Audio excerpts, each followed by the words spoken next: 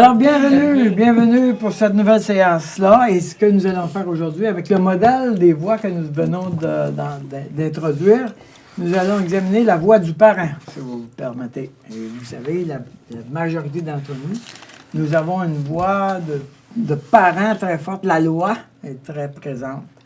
Alors, nous apprendrons ensemble à reconnaître la voix du parent et la voix de la loi. Bienvenue à nos participants. Nous voulons continuer de faire d'autres étapes à ce niveau-là. Et on veut juste examiner comment est-ce que, comme croyants, nous allons nourrir l'Évangile dans notre vie personnelle. Alors, vous avez entendu des croyants, puis vous avez entendu d'autres croyants. Peut-être même vous êtes partie de ceux qui l'ont dit. Mentionner que vous n'êtes pas satisfait de votre vie spirituelle, que tu ne fais pas ton culte suffisamment, que tu devrais prier davantage, que tu devrais lire la Bible davantage, etc. Tout à coup, il y a un frère, une soeur qui vient te voir en disant, écoute, ça fait plusieurs années que tu es dans le Seigneur. Qu'est-ce que je devrais faire pour être un meilleur chrétien? Qu'est-ce que je devrais faire pour être un meilleur chrétien? Et là, il te pose cette question-là. Alors, je vous invite à répondre à cette question-là, arrêtez l'enregistrement et répondez du meilleur que vous êtes capable de faire. Qu'est-ce que tu dois faire pour être un meilleur chrétien?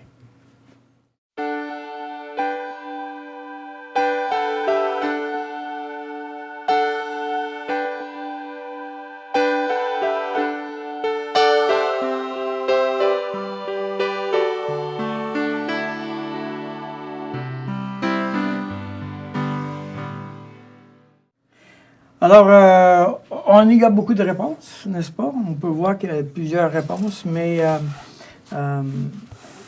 ce qu'on peut dire, c'est que il y a un sentiment assez généralisé que les croyants vont dire « j'en fais pas assez ».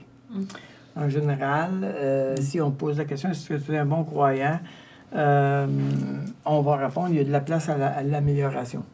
Et le niveau de satisfaction de la vie chrétienne n'est pas si élevé que ça. Et on va se poser la question, qu'est-ce qui fait que ça crée cette situation-là? Vous savez que dans la Bible, on peut voir qu'il y a un très grand nombre de voix.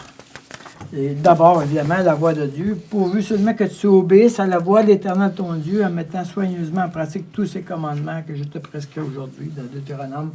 La voix de Dieu se fait entendre dans la parole de Dieu, bien sûr. Dans Genèse chapitre 3, l'homme a écouté la voix de sa femme. Satan a parlé. Le monde parle. Saül dit à Samuel, « J'ai péché car j'ai transgressé l'ordre de l'Éternel. Je n'ai pas obéi à tes paroles. Je craignais le peuple et j'ai écouté sa voix. » Il y a des gens qui nous parlent, des gens au travail, etc., qui nous parlent. Il y a toutes sortes de voix, la voix du monde. Et évidemment, la voix de notre conscience aussi, qui est là. Donc, la Bible nous parle d'un certain nombre de voix qui se font aller dans notre esprit. Et ce que j'aimerais mettre en lumière, c'est la voix du parent qui est dans notre cœur.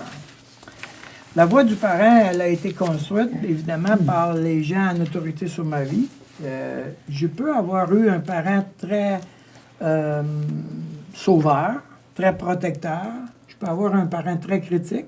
Je peux avoir un parent très persécuteur, où je ne fais jamais rien de bien.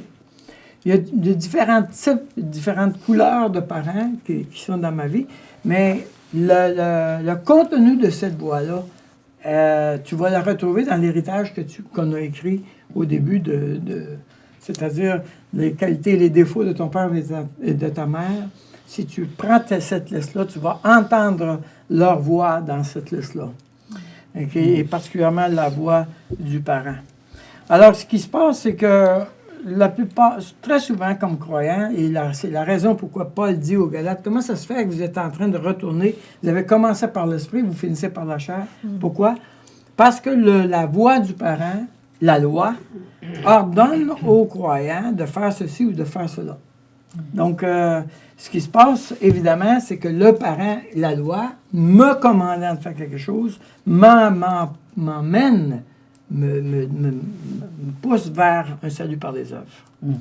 Alors, le parent dit à l'enfant ce qui est bien et ce qui est mal. Imaginons la discussion. Le parent dit à l'adulte, OK, c'est pas supposé d'être lui qui dit ça, mais il dit pareil. Le parent envoie une première information à l'adulte. Ce péché-là est mal. Il peut l'envoyer aussi à l'enfant dans un cas ou dans l'autre. Et là, l'adulte, parce que c'est un nouveau croyant, parce qu'il ne connaît pas beaucoup les choses, se dit, oh, c'est vrai, c'est péché, c'est mal. Alors, qu'est-ce qu'il fait? Au lieu de prendre conseil à Saint-Esprit, il prend conseil aux parents. Qu'est-ce que je dois faire? Bien, il faut que tu pries davantage, il faut que tu te disciplines et tu vas réussir. Et là, il renvoie un nouveau message à l'adulte ou à l'enfant. Mais dans les deux cas, c'est l'échec. C'est l'échec. Ça ne marchera pas. Pourquoi? Parce que l'adulte, c'est lui qui doit prendre la chose en charge. Et là, la loi, elle ne peut pas produire la vie. Elle ne peut pas produire la vie.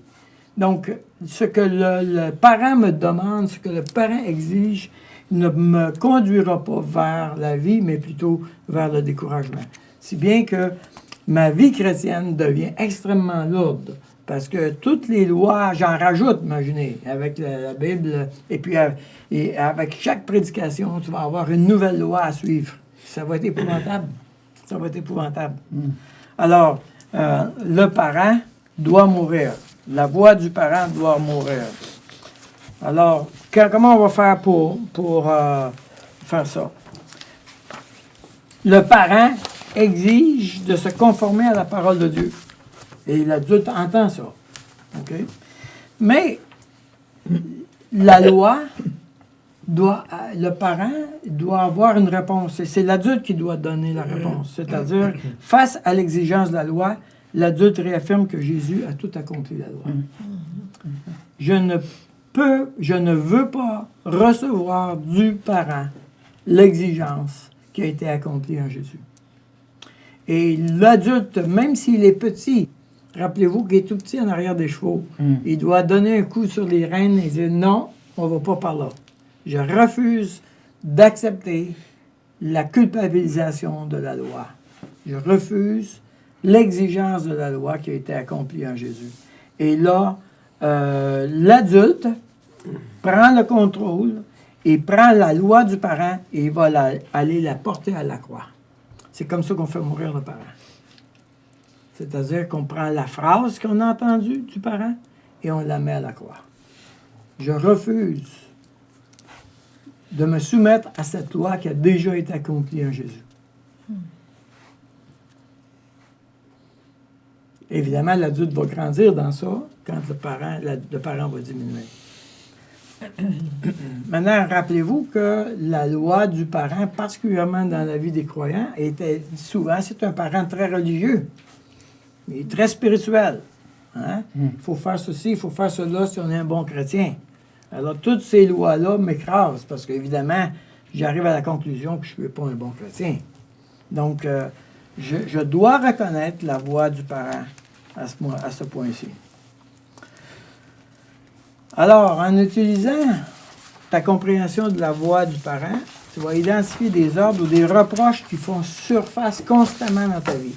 Est-ce qu'il y a des ordres qui te reviennent dans ta vie, comme croyant, je devrais faire ceci, je devrais faire cela, qui empoisonnent ta vie chrétienne, qui font que ta vie chrétienne est vraiment tout à coup misérable pour tout ce que tu n'arrives pas à accomplir. Donc, je t'invite à terminer, juste arrêter la vidéo maintenant, et on va se revoir pour la prochaine séance, mais juste discuter cette question.